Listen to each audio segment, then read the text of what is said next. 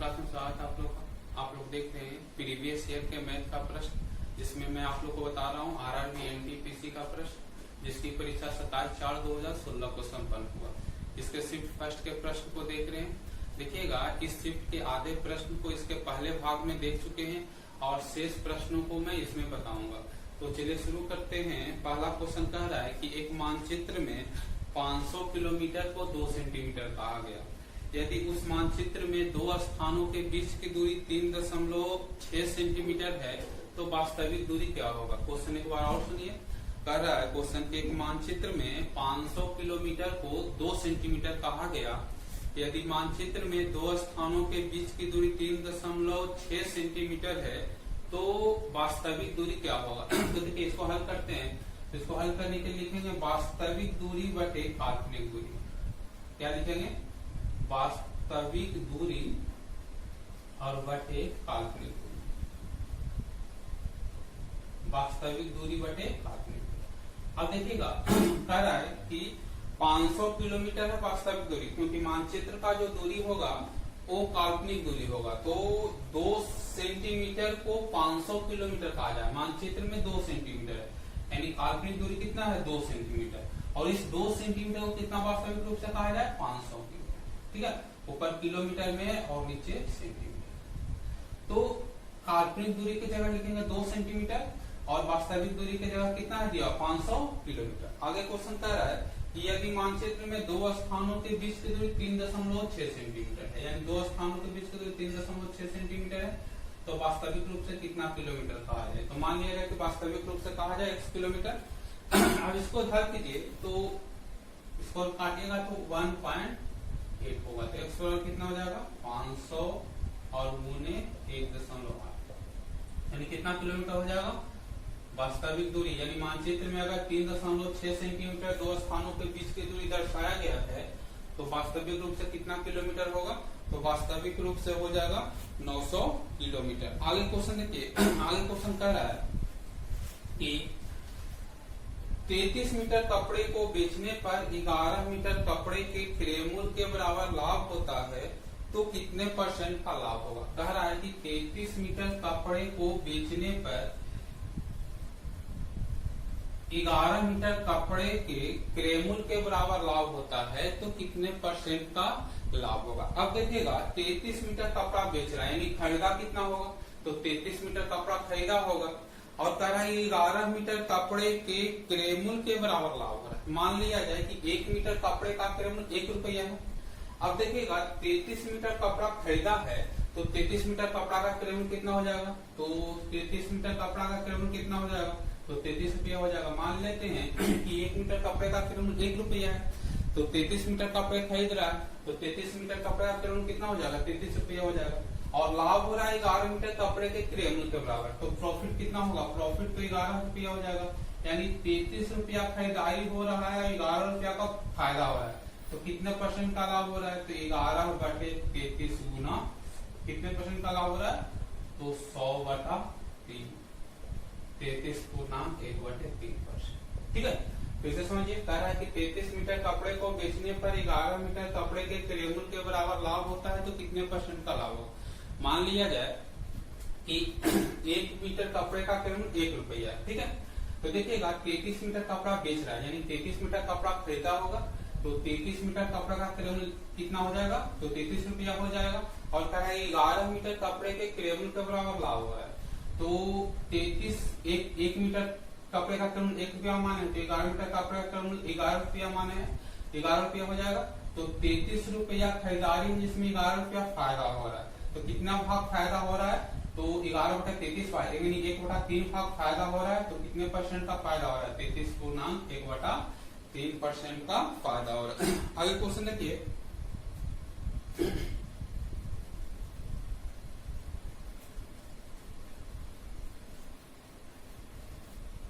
आगे देखिए, क्वेश्चन कह रहा है कि 1 से 9 तक सभी संख्याओं के वर्गों का योग क्या होगा।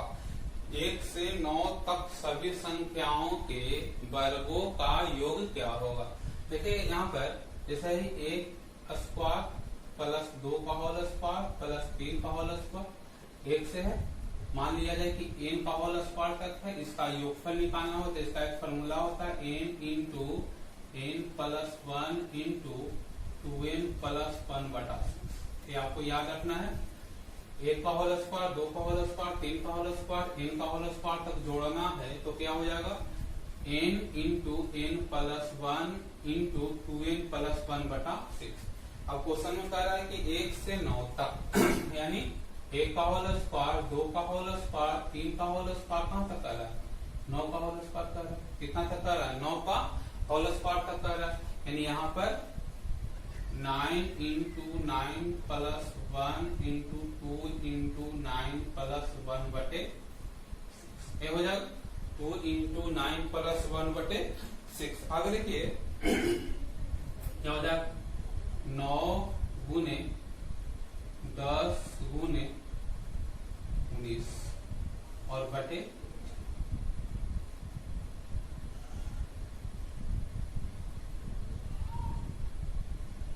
15 गुने 19 225 280 कितना हो जाएगा 285। कितना हो जाएगा 285 ठीक है ना। यानी x a का स्क्वायर प्लस 2 का स्क्वायर प्लस 3 का स्क्वायर n का स्क्वायर बराबर क्या हो जाएगा n into n plus 1 into 2n plus 1 बटे 6। ये चीज याद रखना है। 9 तक योग है तो 9 तक योग 1 से लेकर 9 तक सभी संख्याओं के वर्गों का योग क्या हो जाएगा 289। आगे क्वेश्चन कह रहा है कि एक परीक्षा है जिसका औसत, आगे क्वेश्चन देखिए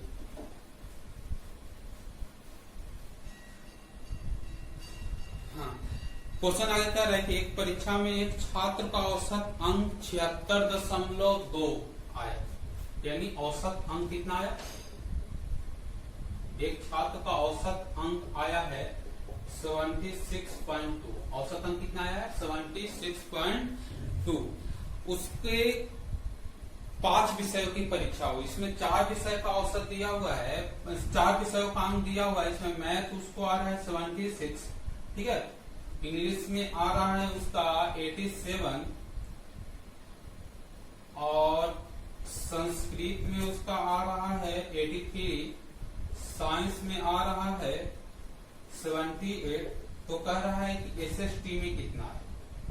क्वेश्चन पूछ रहा है कि एसएसटी में कितना है। क्वेश्चन है कि एक परीक्षा में एक छात्र को 76.2 अंक प्राप्त, औसत अंक 76.2 अंक प्राप्त हुआ यदि उसके 4 विषय में क्रमशः मैथ में 76, इंग्लिश में 87, संस्कृत में 83 और साइंस में 78 अंक प्राप्त हुआ तो एसएसटी में कितने अंक प्राप्त हुआ। तो एसएसटी में कितने अंक प्राप्त हुआ।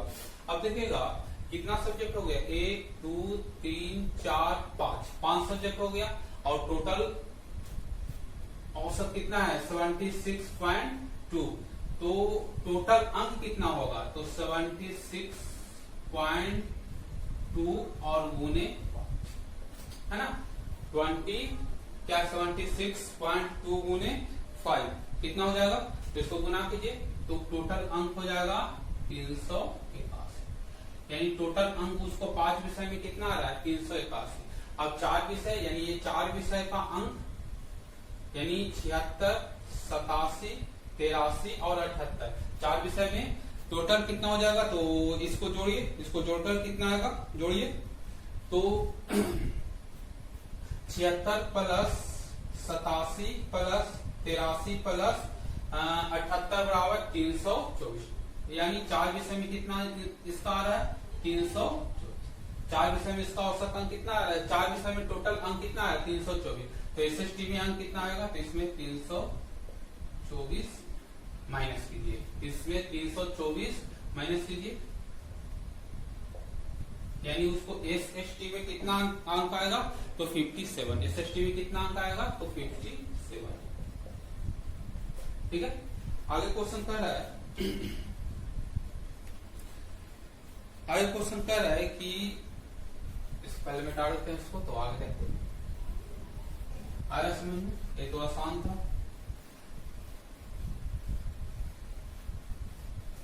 देखिए आगे क्वेश्चन कह रहा है कि 22 √3 वर्ग यूनिट। ठीक है, वर्ग यूनिट। 22√3 वर्ग यूनिट क्षेत्रफल वाले एक समबाहु त्रिभुज के अंतःवृत्त एवं परिवृत्त के त्रिज्या का अनुपात क्या होगा। क्वेश्चन एक बार और सुनिए, इसको ठीक से समझिएगा। 22√3 वर्ग यूनिट क्षेत्रफल वाले एक त्रिभुज के समबाहु त्रिभुज के अंतःवृत्त एवं परिवृत्त के त्रिज्या का अनुपात क्या होगा।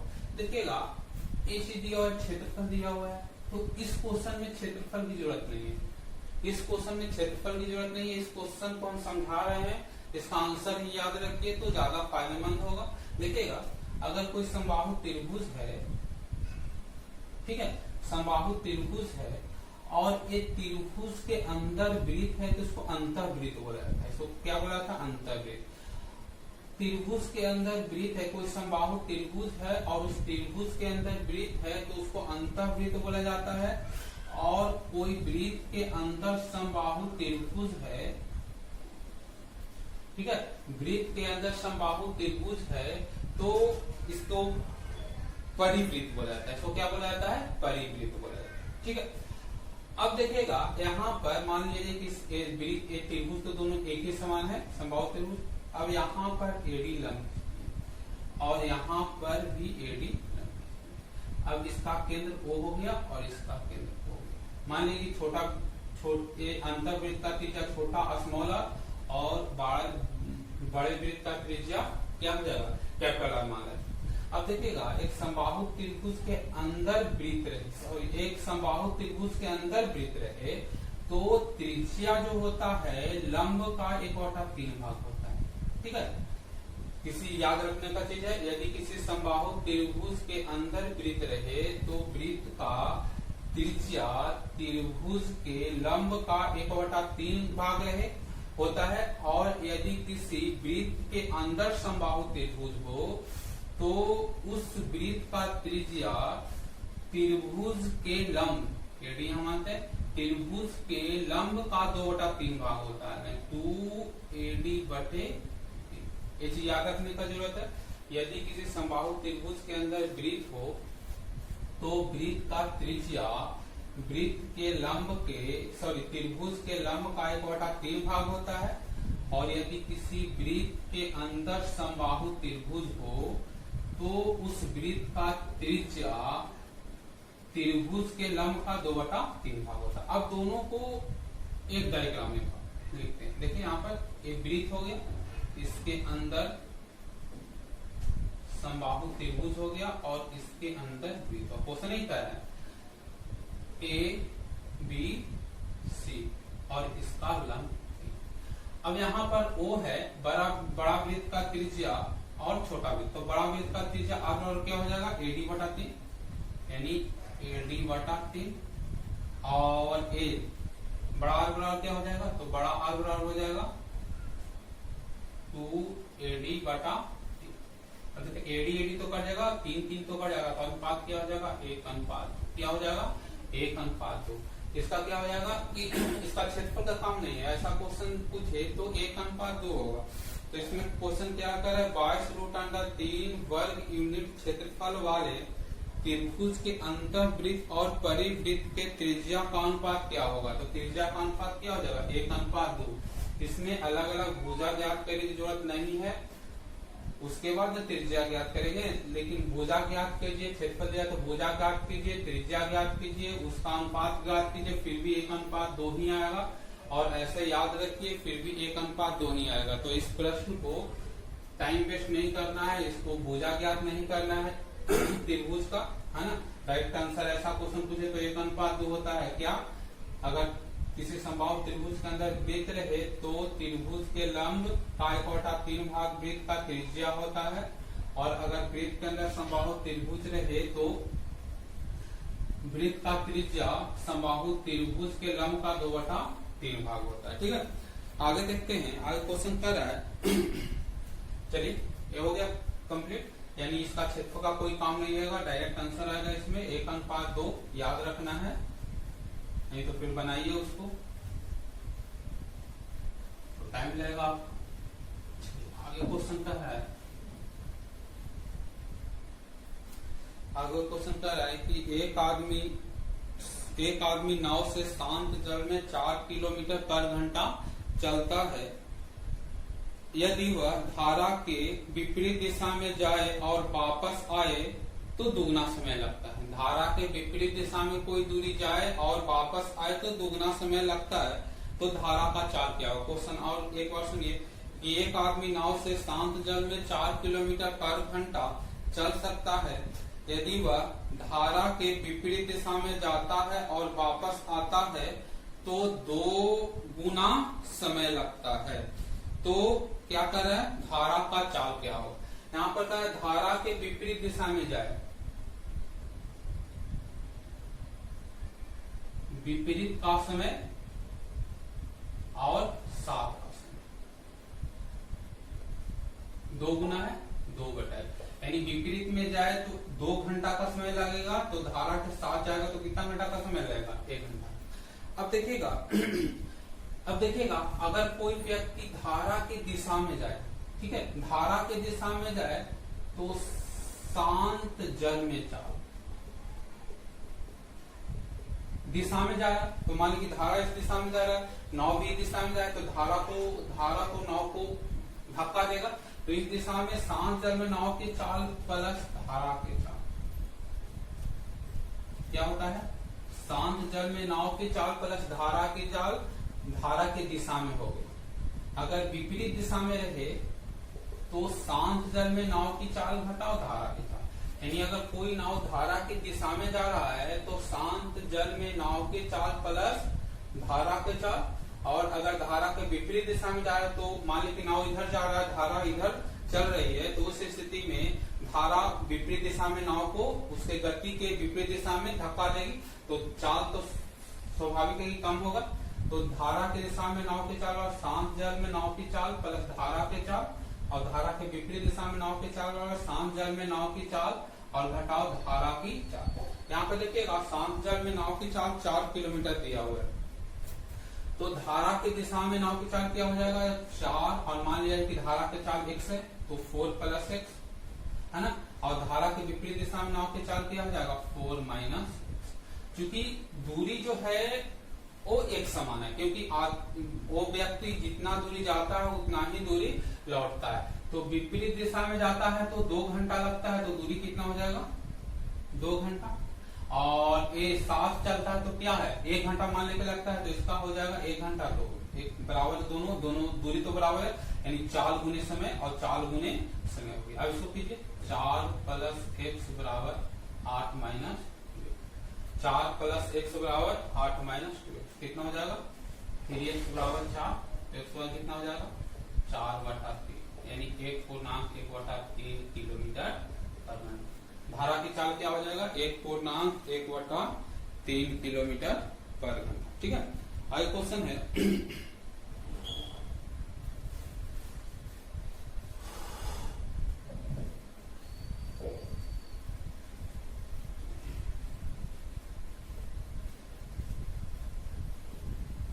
चलिए आगे क्वेश्चन देखिए। क्वेश्चन कर रहा है कि 45 रुपए प्रति किलोग्राम चावल बेचकर एक दुकानदार 20% का हानि कमाता है। यदि वह 20% का लाभ कमाए तो पर किलोग्राम चावल का मूल्य क्या होगा। क्वेश्चन एक बार सुनिए, एक दुकानदार 45 रुपए पर किलोग्राम चावल बेचकर 20% का लाभ हानि कमाता है। यदि वह 20% का लाभ कमाना चाहे तो पर किलोग्राम चावल का मूल्य क्या होगा, विक्रय मूल्य क्या होगा। तो मान लिया जाए कि चावल का पर किलोग्राम क्रय मूल्य 100 रुपया है, पर किलोग्राम क्रय मूल्य 100 रुपया। अब 20% हानि पर बेचेगा तो उसका विक्रय मूल्य कितना हो जाएगा 100 - 20 80 रुपया। अगर वह 20% के लाभ पर बेचेगा तो उसका विक्रय मूल्य कितना हो जाएगा 100 + 20 120 रुपया। यानी मान लिया कि सीपी 100 रुपया है, उस 100 रुपया में यदि व्यक्ति 20% हानि पर बेच रहा है तो उसका विक्रय मूल्य कितना हो जाएगा 100 - 20 80 रुपया। और यदि वह 20% लाभ पर बेच रहा है तो कितना परसेंट विक्रय मूल्य हो जाएगा तो 100 + 20 120। अब देखिएगा क्वेश्चन कर रहा है कि 45 रुपए पर किलोग्राम के दाम से बेच रहा है, तो उसको 20% का हानि हो रहा है, यानी विक्रय मूल्य कितना हो जाए परसेंट 80%, और बट्टी कितना बेच रहा है तो 45 रुपए पर किलोग्राम। हमको बेच रहा है कि अगर 120% पर बेचे तो कितना विक्रय मूल्य होगा, तो एक्स मान लेते हैं। अब इसको कर दीजिए 80x बराबर 45 गुने 120, तो कितना हो जाएगा 45 गुने 120 बटे,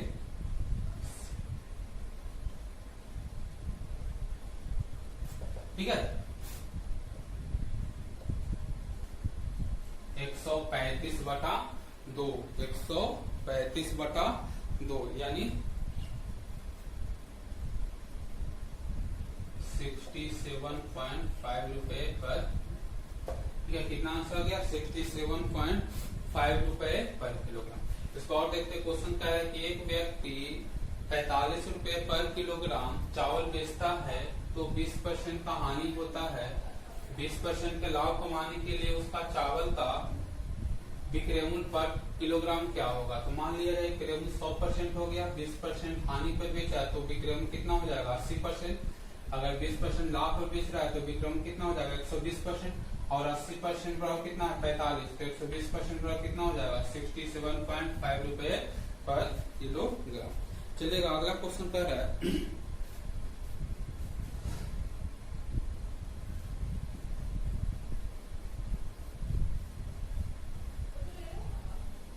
अगला क्वेश्चन कह रहा है कि एक कक्षा में 30 छात्रों का औसत भार 25 किलोग्राम है। एक कक्षा में 30 छात्रों का औसत भार 25 किलोग्राम है। यदि अध्यापक को शामिल कर लिया जाए तो औसत भार में 2 किलोग्राम की वृद्धि हो गई, तो अध्यापक का भार क्या होगा। क्वेश्चन एक बार सुनिए कि एक कक्षा में 30 छात्रों का औसत भार 25 किलोग्राम है। यदि अध्यापक को शामिल कर लिया जाए तो औसत भार में 2 किलोग्राम की वृद्धि हो गई, तो अध्यापक का भार क्या होगा। देखिएगा 30 छात्र है और एक अध्यापक, यानी कुल कितने व्यक्ति हो गए, तो कुल व्यक्ति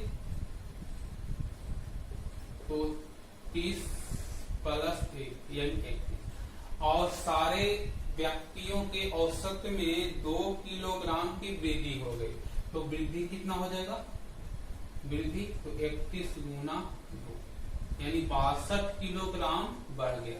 क्यों, क्योंकि टीचर आ गए, यानी बच्चों के औसत से टीचर का भार 62 किलोग्राम अधिक होगा, तो शिक्षक का भार कितना हो जाएगा, तो औसत कितना था, औसत था 25 में 62 किलोग्राम टीचर ज्यादा हो, तो कितना हो जाएगा 87 किलोग्राम। टीचर का भार कितना हो जाएगा 87 किलोग्राम। टीचर का भार कितना होगा 87 किलोग्राम।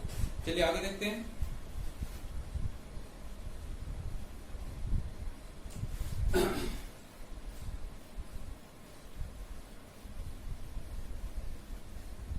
क्वेश्चन है कि 3 के पावर 5, 3 के पावर 11, 3 के पावर -11 और 3 के पावर 14 का एलसीएम।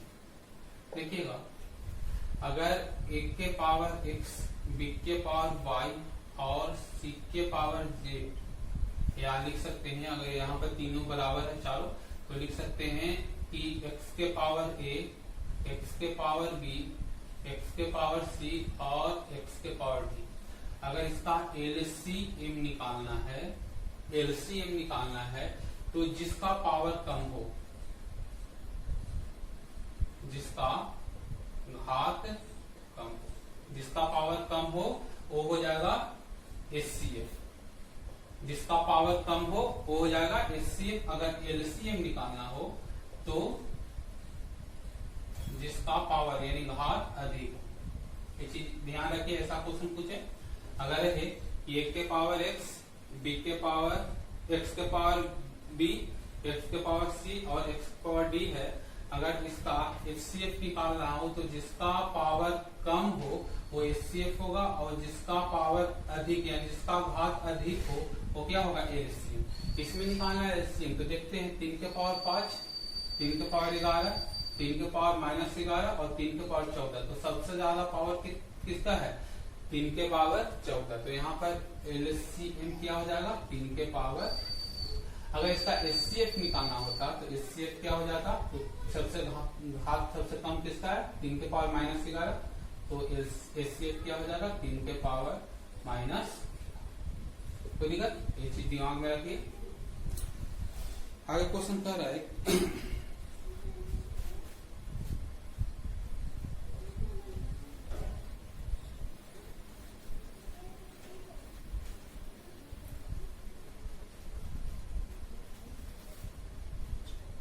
आगे क्वेश्चन कह रहा है कि यदि x plus root under x बराबर 20 दिया हुआ है, ठीक है, x plus root under x बराबर 20 दिया हुआ है, तो x का मान क्या होगा।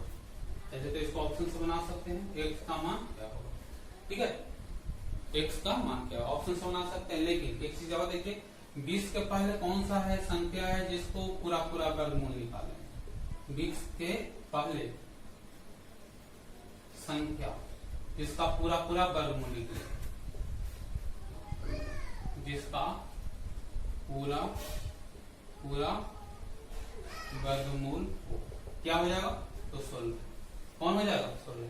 20 के पहले कौन संख्या इसका पूरा पूरा वर्गमूल हो, तो 16। तो इसमें 16 रखकर देखिए तो 16 रूट अंडर 16 बराबर 16 हो जाएगा, और उसको रूट अंडर 16 का मान 4, 16 4 20, यानी एक्स वाई कितना हो जाएगा, एक्स का मान कितना हो जाएगा, सॉरी एक्स का मान कितना हो जाएगा 16। एक्स का मान क्या हो जाएगा 16। इसको ऑप्शन से बना सकते हैं, या 20 के पहले कौन संख्या जो पूरा पूरा वर्गमूल हो 16, तो इसमें 16 मान रखें, ठीक है। अगर नहीं आता तो उससे पहले कौन संख्या जब वो उसका मान रखते हैं और उसको आंसर ज्ञात करते हैं। तो चलिए इसके बाद आपका लास्ट में 3 क्वेश्चन जो है वो दंड आलेख से संबंधित है, ठीक है, तो उसको भी देख लेते हैं। इसमें थोड़ा सा डायग्राम पार्टने में टाइम गया, तो देखिए इसको सबसे पहले पाटते हैं, उसके बाद क्वेश्चन आसान है इससे। देखिएगा इससे 3 क्वेश्चन है जो बार ग्राफ से संबंधित है। इसमें म्यूचुअल फंड इन्वेस्टमेंट का एक ग्राफ तैयार किया गया है 92, 93, 94, 95, 96 और 97 में। इससे 3 प्रश्नों को हल करना है। तो पहला प्रश्न कह रहा है कि 1996 से 97 के मध्य म्यूचुअल फंड में निवेश का शुद्ध अंतर क्या होगा। देखिएगा 1996 में 24.23 था और 1997 में 31.36। बहुत आसान है, तो हम 31.36 में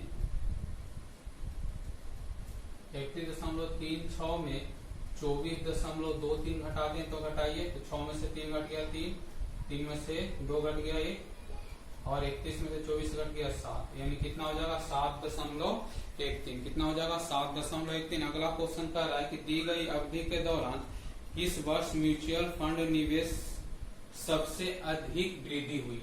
किस वर्ष म्यूचुअल फंड निवेश में सबसे अधिक वृद्धि हुई। तो देखिए हमें स्पष्ट दिखाई दे रहा है कि 10.22 से हो जाएगा 24.23, यानी कौन सा वर्ष 1996। दूसरा क्वेश्चन का आंसर क्या हो जाएगा 1996। अब इसका लास्ट क्वेश्चन है, या इस सेशन या इस शिफ्ट का अंतिम क्वेश्चन है। आप इसमें मैथ का सारे प्रश्न को देखें तो इस शिफ्ट का अंतिम क्वेश्चन है। क्वेश्चन कर रहा है 1992 और 97 में जो अनुपात है भारत का, वही अनुपात विश्व का है। यदि पूरे विश्व में 1992 में कुल निवेश 2 मिलियन यूरो था, तो 1997 में कुल निवेश कितना होगा। यानी जो भारत का निवेश का अनुपात है वही विश्व का निवेश का अनुपात है। क्या 92 और 97। तो 92 और 97 में भारत विश्व का निवेश का अनुपात क्या हो जाएगा, जो भारत का निवेश का अनुपात है, तो विश्व का निवेश तो कितना हो जाएगा 5.7 अनुपात 31.36, यानी 570 अनुपात 3136 लिख सकते हैं, ठीक है। 570 अनुपात 3136। और यहाँ पर 1992 में 2 मिलियन यूरो का, तो 2 और बटे 570 और बराबर x बटे 3136। तो x बराबर कितना हो जाएगा, तो 3136 गुने 2 बटे 536, ठीक है, यानी 6272 बटे 570 कितना हो जाएगा, लगभग 11 मिलियन यूरो। कितना हो जाएगा, लगभग 11 मिलियन यूरो। ये हो गया आपका 27/4/2016 को एनटीपीसी का जो प्रश्न फर्स्ट का मैथ का प्रश्न आप लोग को पूरा हल करके बताएं। तो अगला वीडियो में आगे बताएंगे, अगला जो शिफ्ट हुआ यानी 27/4 के बाद जो परीक्षा होगा उसका क्वेश्चन बताऊंगा। तो चलिए आज का सवाल समाप्त किया जाए।